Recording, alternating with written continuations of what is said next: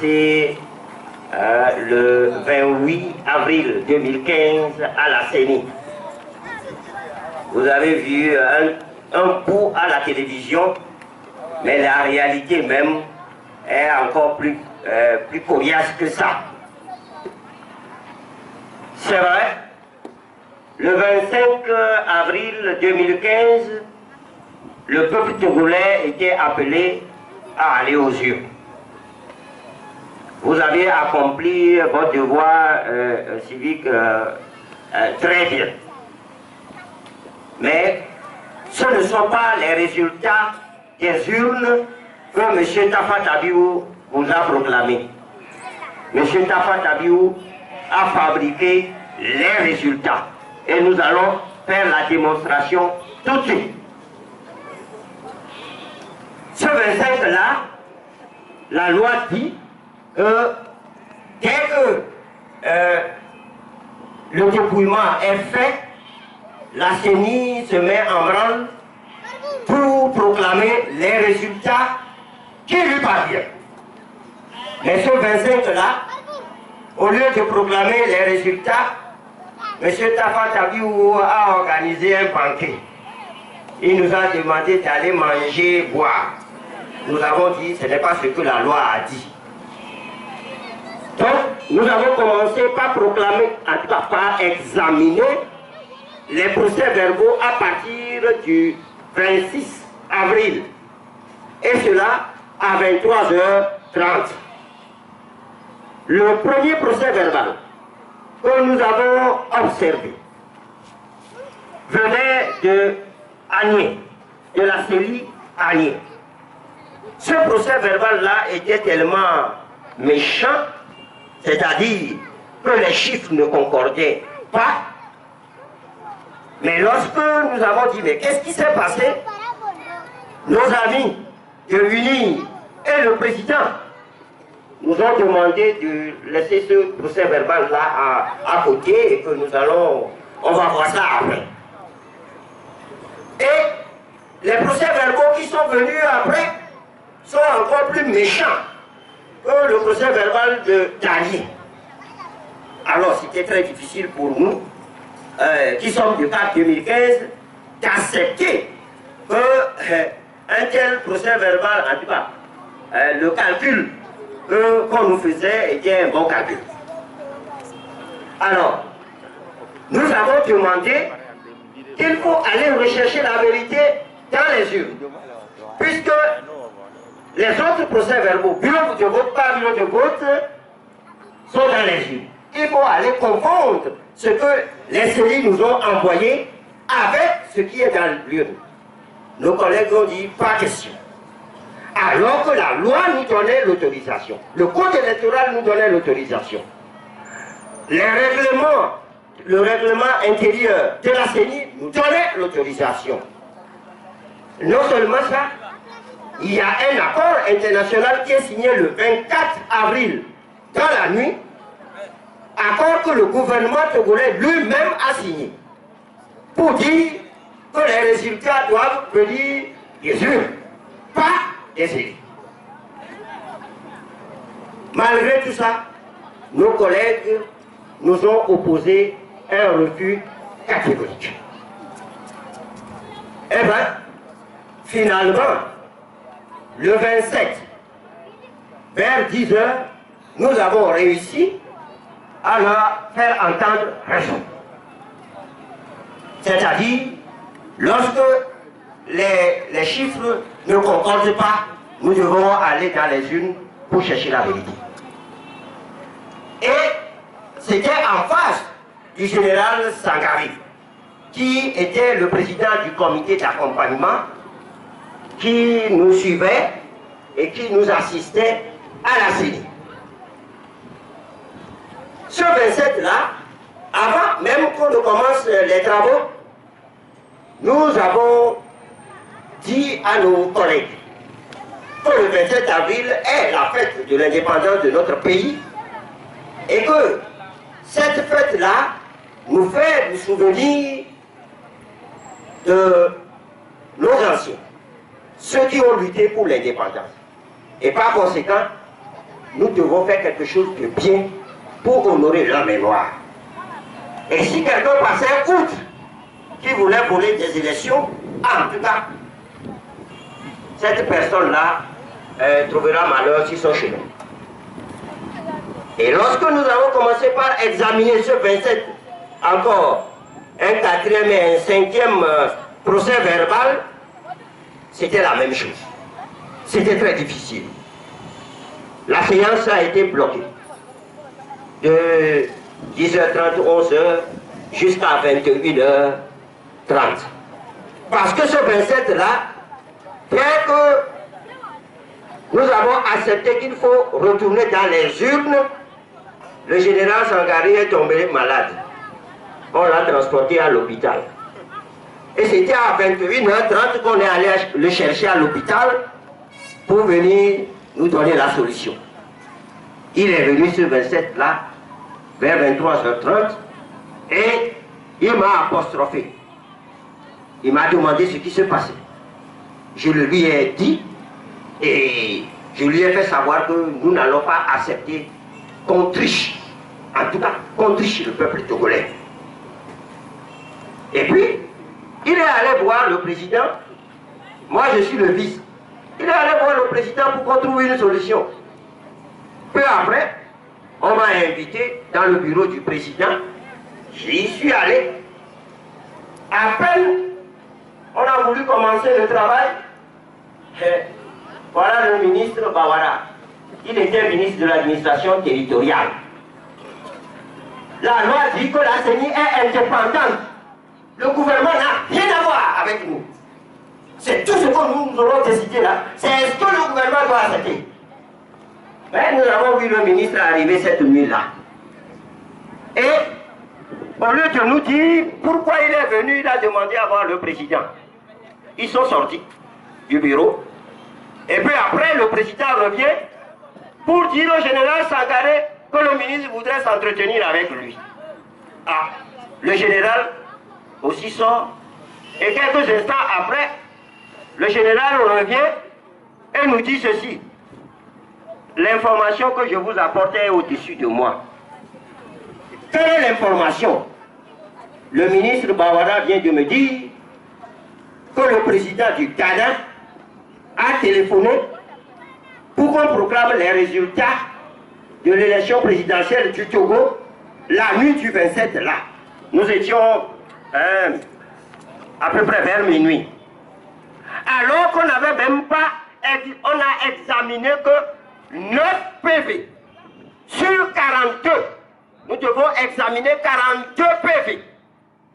On n'en était qu'à 9. Et les 9 PV étaient tellement méchants qu'on ne pouvait pas accepter les résultats de ces PV-là.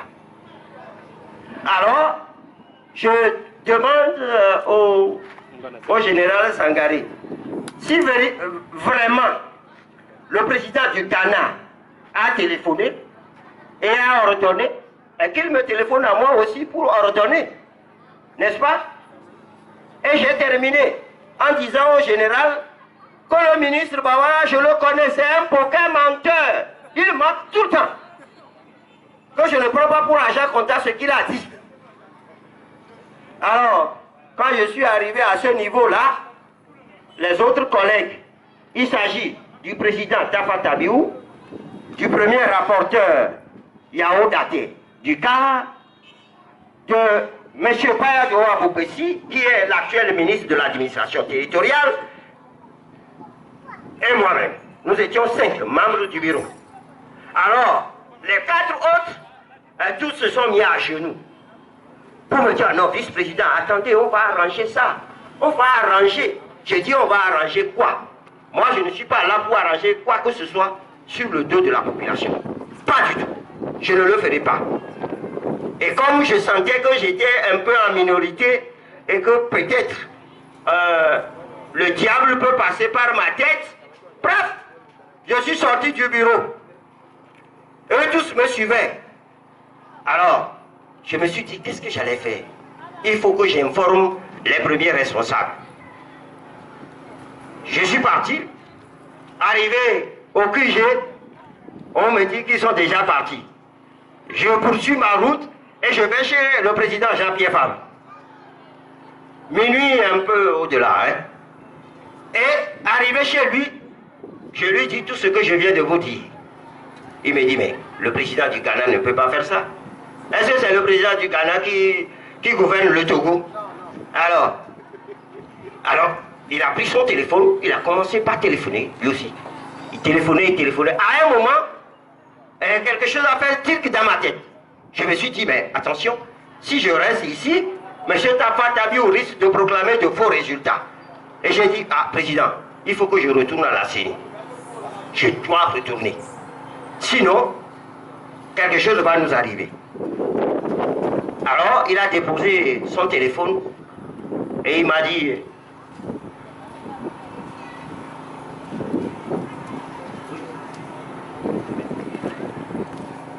donc, il a déposé son téléphone et il m'a dit, Francis, j'ai appris à te connaître. Hein. Tout ce que vous allez faire, vous et vos collègues, maintenant, ne le faites pas pour moi, Jean-Pierre, ne le faites pas pour les autres, ne le faites même pas pour mon parti politique, ne le faites pour personne. Mais ce que vous allez faire maintenant, faites-le pour la nation togolaise. Alors, l'atmosphère était vraiment lourde, hein? C'était très lourd. Alors, je lui dis, ah, président, je vais retourner à la CENI, mais je ne sais pas si je peux atteindre la CENI. Parce qu'en venant, j'ai eu l'information et je l'ai informé. J'ai eu l'information qu'on avait posté des miliciens habillés au t-shirt de cette couleur-là, hein, à couleur de ce t-shirt-là. Vous voyez, non? On leur a mis dans les mains des machettes, des coupes-coupes, des lances, des gourdins cloutés. Il y avait des clous. Vous voyez ce que ça peut faire sur un homme? Il y avait même des gens qui avaient des petits pistolets. Le but, c'est que ces miliciens-là rentraient dans la foule, en commençant par scander, nous voulons notre victoire. Et tout le monde va croire que, ah, ce sont les militants de l'opposition de l'ANC qui sont sortis.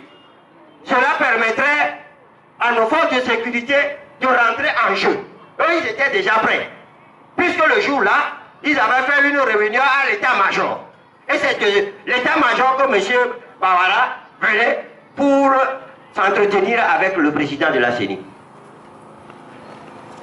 Alors, je lui ai dit, hé, président, c'est ce que j'ai appris. J'ai vérifié sur la route, c'est vrai. S'il vous plaît, ne dormez pas dans votre maison aujourd'hui. Appelez Madame Brigitte Adjamago, appelez Maître Abi Chessa, pour que au moins vous soyez en vie pour continuer la lutte.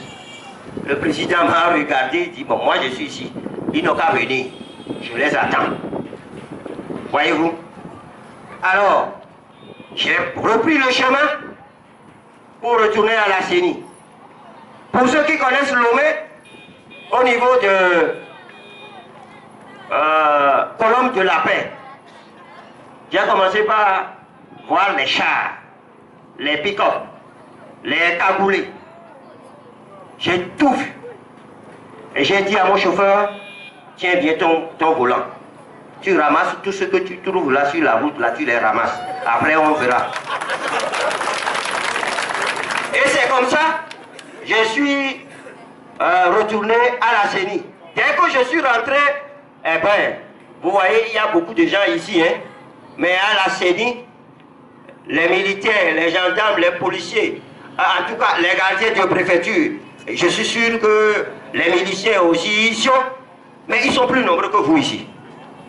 Toute la CENI était pleine. J'ai vu les gens courir dans tous les sens. Mes collègues, mon grand frère qui est là-bas, là, M. Sebabi Boudjou, eux, ils étaient dans leur bureau, m'attendant. Et quand je suis rentré, c'est à ce moment-là que le président a couru. Ah, puis si je vous cherchais, on va reprendre les travaux. J'ai dit, on va reprendre quels travaux? Voleurs, oui. Espèce de voleur.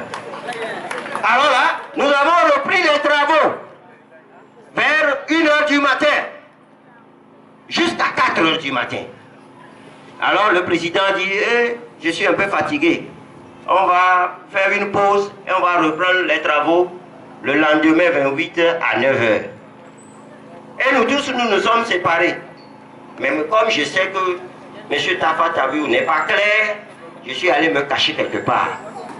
À 5 heures du matin, voilà Tafa Tabiou avec un gros registre. Il veut proclamer des résultats. Il avait appelé tous les journalistes du Togo et de l'international. Eux tous étaient là. Je me suis caché, j'ai attendu. Il a proclamé 1, 2, 3e PV, mais voilà devant lui.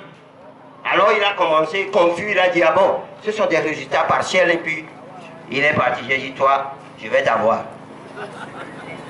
Et puis, nous sommes revenus, nous autres, très tôt. 9 heures, on ne les a pas vus. 10 heures, 10h30, on les a vus venir. Nous-mêmes, nous avons compris qu'ils étaient allés recevoir des instructions. Et nous avons commencé le travail vers 10h45 comme ça. Le PV qui est venu, PV méchant. Encore discussion, beaucoup de discussions. La séance est bloquée. Ces PV dont je vous parle là, c'est des PV fabriqués. Et nous allons faire l'expérience tout à l'heure, vous-même vous allez voir que c'est fabriqué. Ce ne sont pas les résultats que vous avez envoyés à la CELI et que la CELI nous a envoyés. Ce ne sont pas ces résultats-là qu'on est en train de nous envoyer. Donc, tout est bloqué. Jusqu'à ce que on nous annonce que 2 présidents sont arrivés.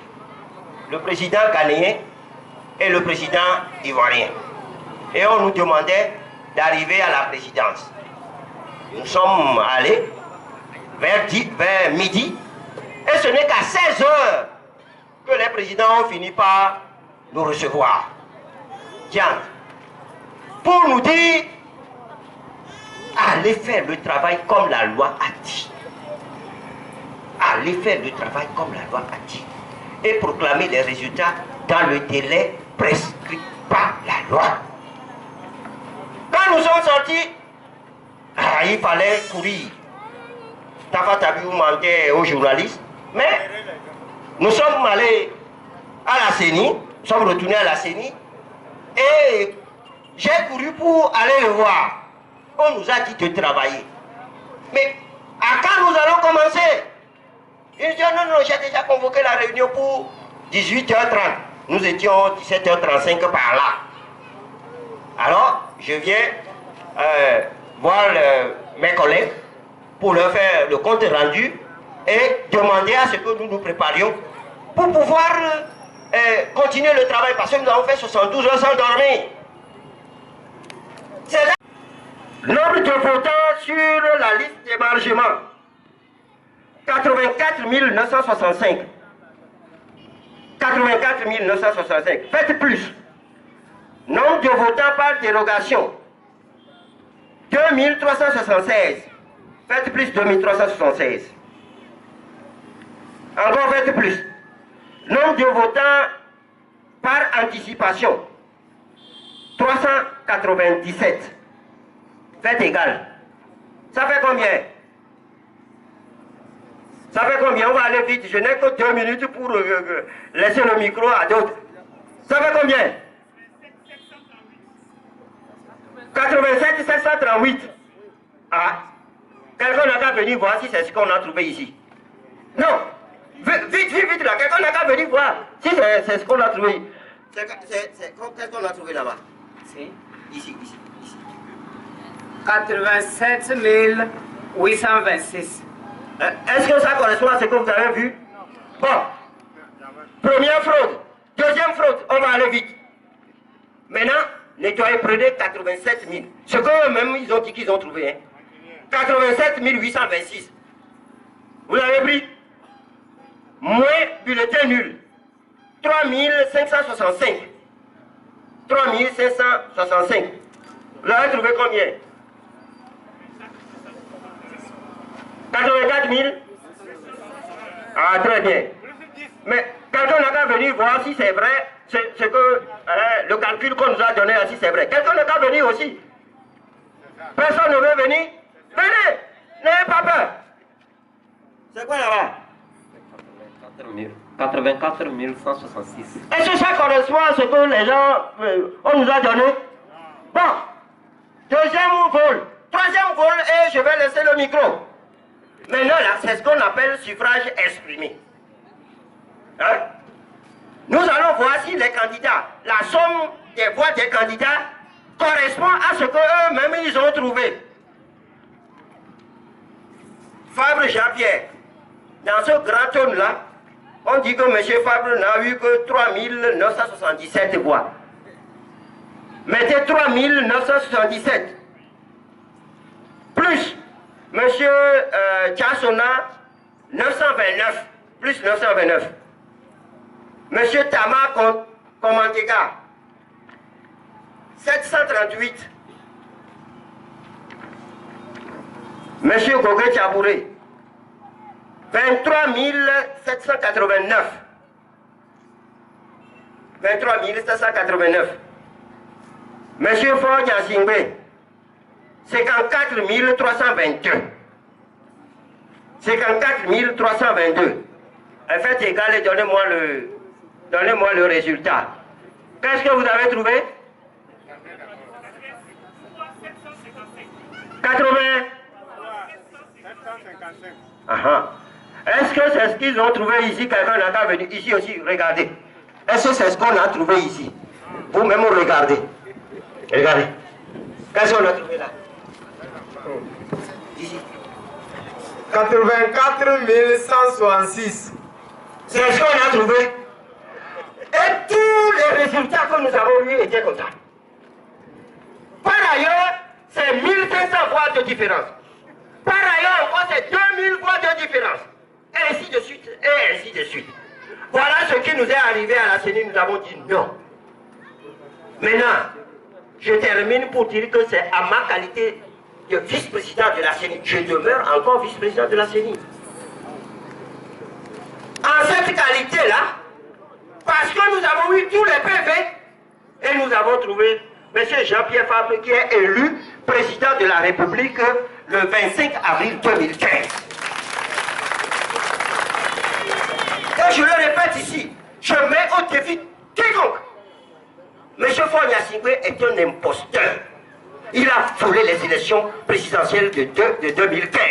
J'en ai terminé.